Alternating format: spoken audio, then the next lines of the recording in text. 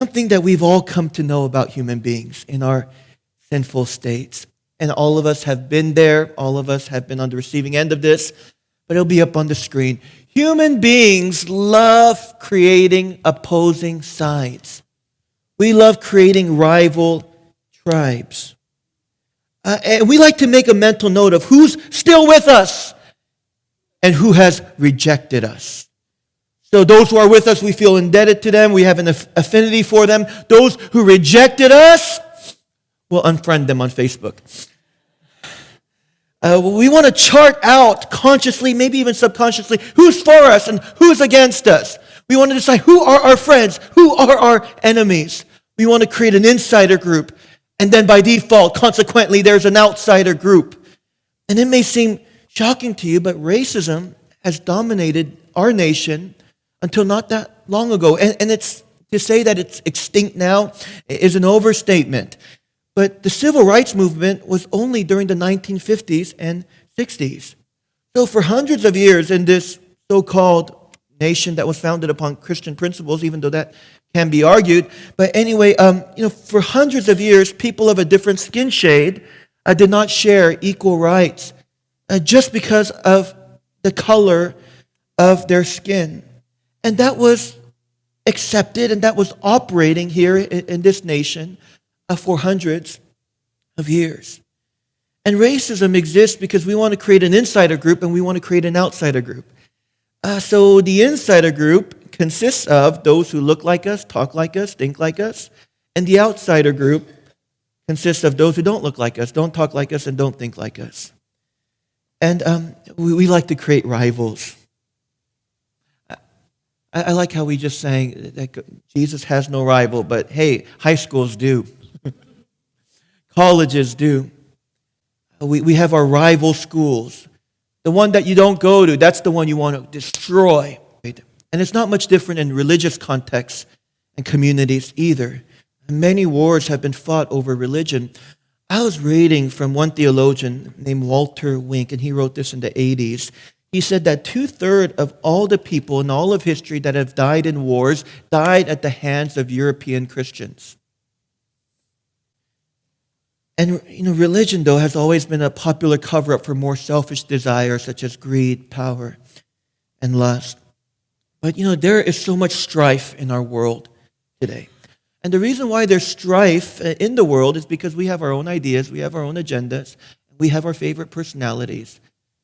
And then we create that group, or we label that group as the insider, and then everybody else becomes the outsider, and we want to dominate. We want to dominate. And, because if you think about this, if everyone in the world was just like us, and they thought like we did, they looked just like we did, they acted just like we think they should act, and they're just like us, there will be less strife in the world. So when it comes to dealing with people who are different, we in our insecurities, we like to find our party, our people, our team, our tribe, so we feel like we're not alone. And then strife builds on both sides, the division grows, and then soon war becomes inevitable. I was talking to somebody recently, and he was explaining to me why he had no relationship with his two brothers. And he went on to say, it's because my brothers don't like to talk religion or politics with me. His brothers have different thoughts. They have different ideas on politics and religion. And he is saying, if I can't talk to them about my politics and my religion, and what he's saying is, if I can't shove it down their throat, and if they're not going to agree with me, we have no business being in relationship. And my response to him was, but aren't they human beings? But aren't they human beings? I know you have differences in religious and political persuasions, but can't we relate to people as human beings? And I think what I was trying to say was, we have so much in common as humans, we don't need to just focus on what divides us. You can ask them about their children, about their grandchildren, about how work is going, about the last great meal they just ate, and what they do for exercise, or how they're doing. Or what about we take it further? Why don't you ask them what they're learning? You don't have to agree to listen. In James chapter 3, verse 16, it says, "For where envying and strife is," again, strife means to create sides, "so there is confusion in every evil work." So we've invited much evil into our world because of strife, and that's not God's will for this planet. So Jesus came into a world that was dominated by strife. I mean, strife possessed the hearts of his hearers. There was strife between the Romans and the Jews. And then there was so much strife among the Jews, between the different political parties, between the different social classes, between those who were full-breed Jews and half-breed Jews, and those who had different religious slants and moral persuasions. Even the Pharisees and the Essenes were enemies. And there are both the two very passionately religious groups who just had differing opinions, but they claimed to believe in the same God. Anyway, it was in that strife-saturated world, Jesus steps in and he speaks into that world. And he says, Matthew chapter 5, verse 9, "Blessed are the peacemakers, for they shall be called children of God." And then he'll even take it a step further and say, "Love your enemies. Pray for those who persecute you." Wait a minute. Becoming peacemakers, where you shall be called children of God. That verse is saying that God is a peacemaker. So when we're making peace, we begin to reflect our Father in heaven. Wait, love your enemies? If you love your enemies, they aren't enemies anymore. They're your infatuation. I mean, you love your enemies. What the heck?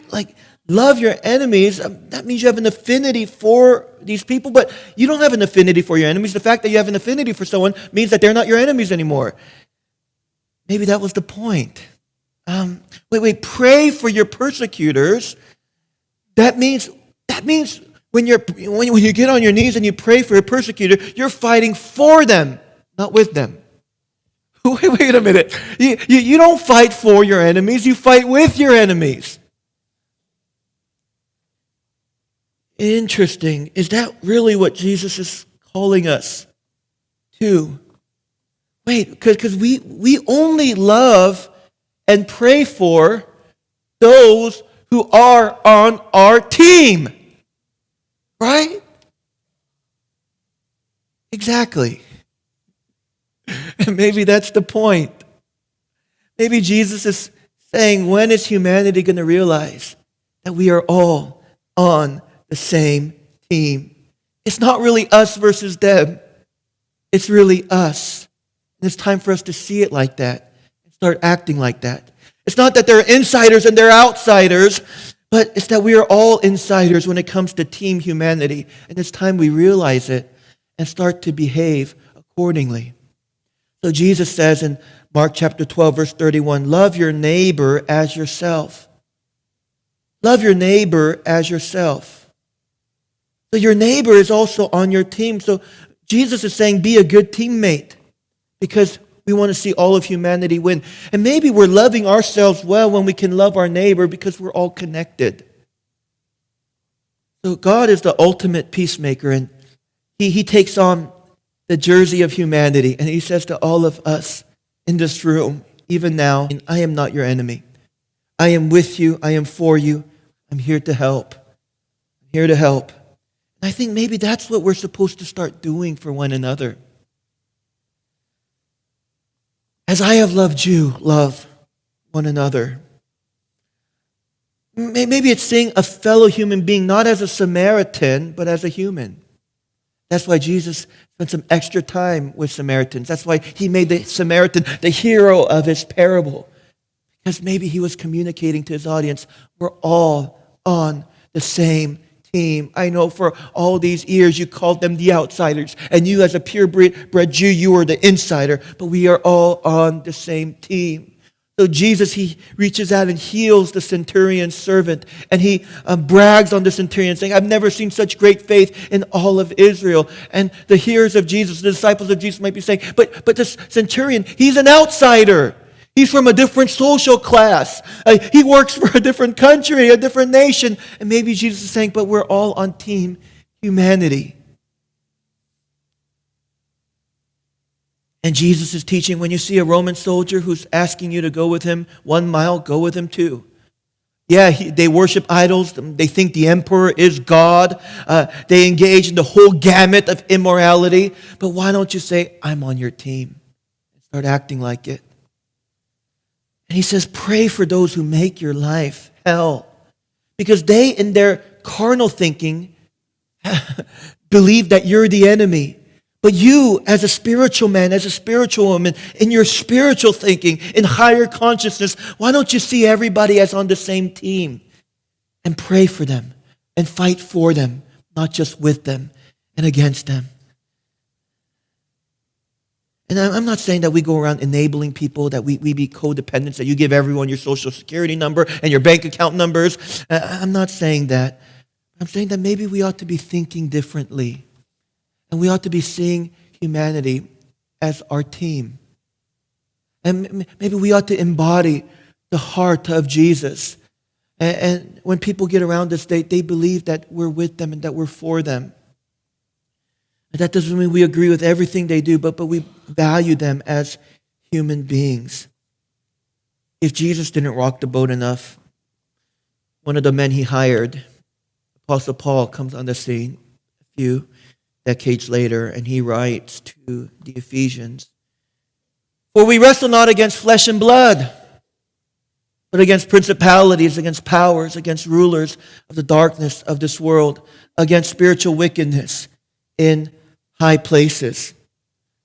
Paul is saying, dear Christian, your enemies are not the Muslims, the Wiccans, the homosexual community, the pastor you disagree with, the other denomination people. You're all on team humanity. And our real enemies is the evil system that is governing, that's controlling our lives, and we're not even aware of that system, even though we've allowed it and we contribute to it. Because your minds have been blinded by strife. These carnal divisions have deceived you. We can't see team humanity anymore.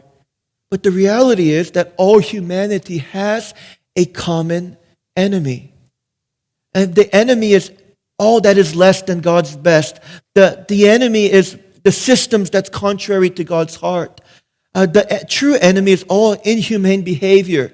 It's ungodly thinking. That's the true enemy. It's these demonic systems and these diabolical patterns that we've been allowing and contributing to, and it's been destroying us. So the real enemy, Paul is saying, is not flesh and blood. See, Jesus, he took on flesh and blood because he was making a statement, a very profound, powerful statement saying, I am pro-humanity. I'm pro-humanity. But Jesus was against the systems and the patterns that would degrade humans and that were robbing us of God's best. You know, when married couples want to fight for their marriage, they have to realize that the spouse is not their enemy. They have to realize if they're going to fight for their marriage, they have to realize that they're on the same team. And then they have to realize who the real enemy is, and the real enemy are the systems and the patterns that they've allowed and that they've contributed to. And then the couple needs to join forces to fight against these systems and these patterns that are destroying their marriage. And so if we want to heal our world, if we want to change our world, if we want to be able to minister to fractured humanity, maybe it's time that we realize we're not fighting against one another. We're fighting against these systems and these patterns that are destroying our lives, our relationships, our families, our communities, and our world. And those systems, those patterns, they're diabolical. They are very demonic. They're sinful. And so God, he reconciles us to himself in humility, love, and grace. And now he's saying, why don't you believe in team humanity too? And why don't you love others as I have loved you?